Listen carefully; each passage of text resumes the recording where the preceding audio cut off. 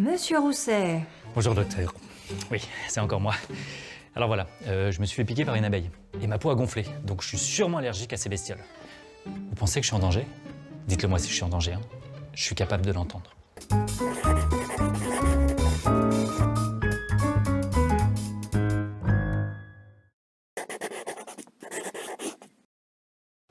Bien sûr. Alors déjà, est-ce que vous êtes sûr que c'était une abeille? Non, pas tout à fait. Mais elle avait des petites ailes comme un bourdon.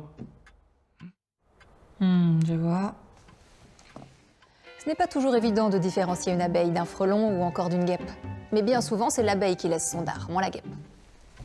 Vous avez retiré le dard? Non. La technique, c'est de l'enlever en raclant la peau. Et surtout, ne pas utiliser de pince. Au contraire, le risque, c'est de réinjecter du venin dans la peau et d'augmenter l'inflammation. Bon alors, racontez-moi ce qui s'est passé. Eh bien, je m'entraînais pour mon triathlon, et puis je me suis fait piquer par une abeille frelon ou je ne sais quoi. Et le lendemain, au petit-déj, j'avais le bras tout rouge et tout gonflé. Quand j'y repense, j'aurais pu y passer. Alors, peut-être pas. Si la réaction était le lendemain, on la considère comme tardive. Et si elle est restée locale, c'est pas une allergie. C'est plutôt une réaction inflammatoire un peu forte, mais finalement assez fréquente et sans danger. C'est juste le système immunitaire qui réagit très fortement au venin. Ça peut même arriver avec un simple moustique ou une araignée. Et du coup, le stylo d'adrénaline que m'a donné mon médecin, je peux l'utiliser si je me refais piquer?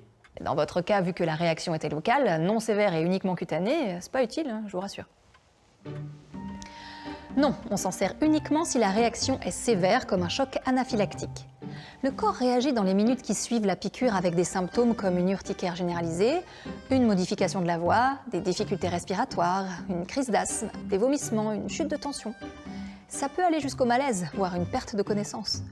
Si la réaction est généralisée et grave, l'important c'est de montrer au patient comment utiliser le stylo d'adrénaline.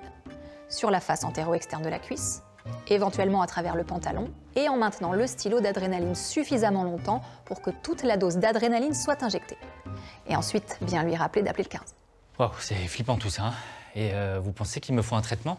Parce qu'en plus, mon médecin, il m'a demandé de faire des tests. Dans votre cas, vu que la réaction était locale, non sévère et uniquement cutanée, c'est pas utile, je vous rassure. Les tests au venin sont proposés uniquement si la réaction a été anaphylactique. Comme la désensibilisation au venin d'ailleurs. C'est une option sous forme d'injection régulière de venin pour ceux qui ont présenté une réaction sévère et ont un risque élevé de récidive.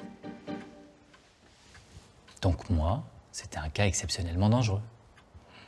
Ah non, pas du tout, comme je vous ai dit. Je vois que vous essayez de me rassurer.